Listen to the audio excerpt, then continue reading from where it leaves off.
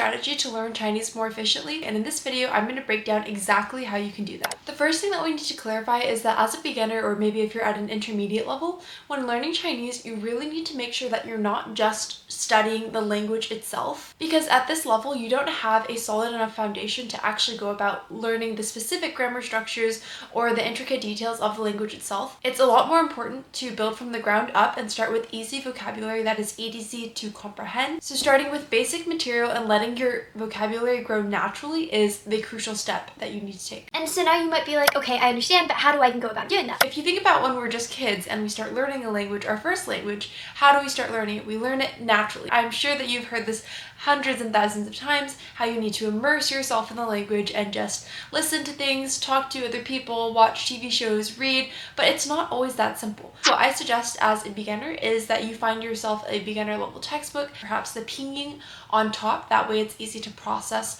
what is being said. So you should be reading fairly short text, and the goal being exposure to the language. If the text you're reading feels extremely hard and you feel like all the words that you're seeing aren't familiar, then perhaps you need to start with something easier and slowly progress. And so I, like you, was once a beginner in learning Chinese, and when I started, I'd actually attended a Chinese after school, and so what we did is we started with these kind of like 手册. So this is the actual one that I used, and there's a lot of writing and messy things because I used this when I was quite young. But like, you want to typically start with the first level, and for some they're going to be higher levels, so you can, it's actually very nice because you can work through each book progressively. I actually have with me like the second one, and then there's also different versions, like there's a 练习册 as well. And so I really think that these were helpful for me, especially if you're a beginner. Having some actual guided practice to work through is very important. Now let me share with you the core method that I was talking about earlier. So I'm going to be using this text as an example because it's what I used when I was a kid. But obviously you can use whatever floats your boat and is at a level that you think is proficient for your learning procedure. So step one is to pick a short excerpt from this book. Here's one of the first ones in the book. It's called 猜谜语, which is like you're guessing what the poem or story thing is about, and then it's going to give you a lot of clues in the text. And so as you can see that these are like fairly simple text, right? There's not a whole lot of word and there's a lot of picture in between. And then on top there's also the pinyin, which you can use if you're not really sure, if you've never seen that word before, which obviously as a beginner learner it's always very helpful to have pinyin, because I think that with that you can at least know how you're supposed to pronounce it, or at least to some degree, and the different tones as well are something that is probably important to pick up on. But the first thing you really need to do is pick an article which you think is at your reading level, and as you read I would suggest trying to notice words that you don't know or have never seen before. So for instance, if I was like reading the first line, 一片一片又一片. If I didn't know the word 片, like I'm assuming that if you're watching this, you probably at least know the most basic numbers like 1, 2, 3, 4, 5, 6, 7, 8, 9, 10, right? 1, 2, 3, 4, 5, 6, 7, 8, 9, 10. But if you don't know like what 片 means, then because as you see here, there's like the 一片, right? 片, and then for 片, if I don't know what that means or I don't know how to say it, then what I suggest is then going to Google Translate or another app that you can use to draw in this word or type in the pinyin and then look for that matching Chinese character and then note it down somewhere, whether it be in your notebook or a Quizlet. I really suggest having like some sort of notebook, or for me I typically like to take notes on my iPad, and that's totally fine. Just having somewhere where you can keep your information and all the vocab words, because we're going to use that later and I will get to that in just a second once I finished explaining this whole procedure. Another thing is I think it's better to kind of like note down words with phrases. So because if you learn it in a phrase, then it's easier to see how you're actually able to use that word, versus if you're just solely learning the word, then it might be a bit harder. Like, okay, I see this word, I don't know how to use it. And then that defeats the purpose of learning languages in the first place. So if I were to search this up, then I would find that 一片 is like one piece, right? And so if I didn't know how to actually use that word, or in this context there's not a lot of context, then what I would suggest is, you know, going on to either Google or AI ChatGPT, and so you can just literally ask it, can you please make a phrase with 一片? That's simple. And then it gives me a couple of options like 心里一片空白, 天空一片蓝, 地上一片雪.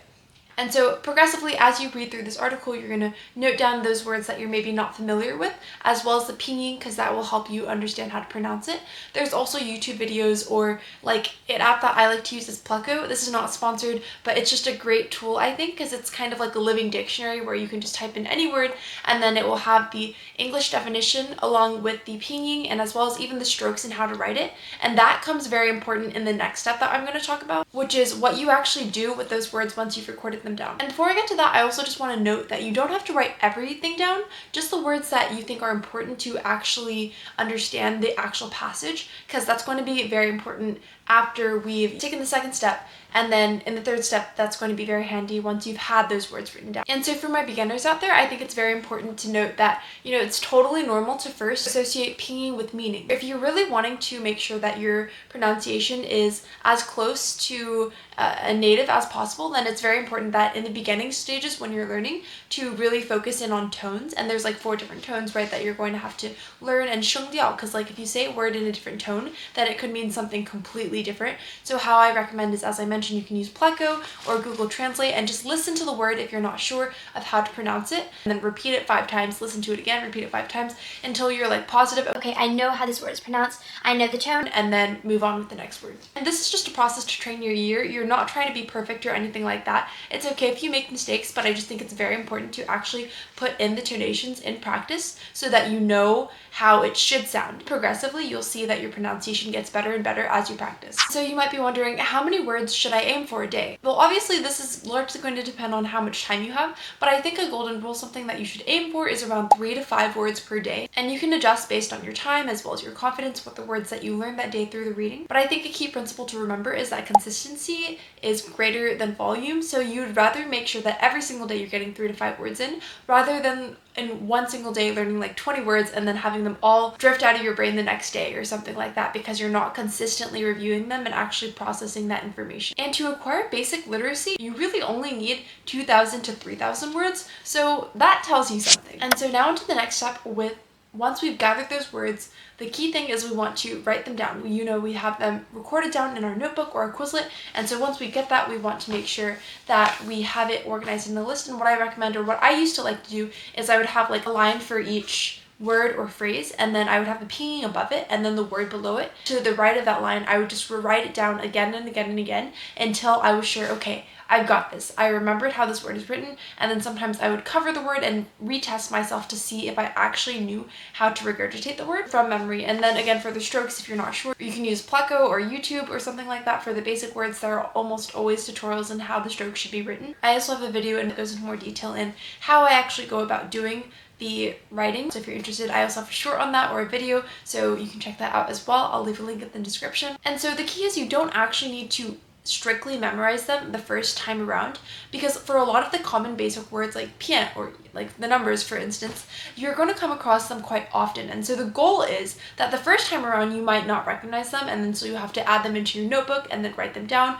write their meaning, add their pinyin. But slowly but surely, the goal is that the more words that you get exposed to, the more that you'll actually garner in terms of your vocabulary, and it will expand progressively over time to the point where as you're reading the article, you're actually able to process a lot more than you were in the beginning. And so now this is the key. Once you have gathered the words and then written them down, understood their meaning and their pinyin and how they look and everything, then I want you to go back to that initial text that you were reading and read through it entirely again with the new words that you've learned. And the goal would be that now, because you've read the text first, and obviously there were a lot of words that you didn't know and you recorded them, and then you went and tried to actually understand what they meant, as well as put them in phrases if they weren't already in a phrase that would help you remember the word. And this time around, ideally you would be able to process a lot more of what the text was saying, given that you know the meaning of the words and their context. And now hopefully the text will make a lot more sense and you'll feel very proud of yourself, and I'm very proud of you if you made it to that step, and I'm sure you guys will. But I think that's a key thing to staying motivated in language learning and actually seeing progress. And I think that this strategy, this particular method,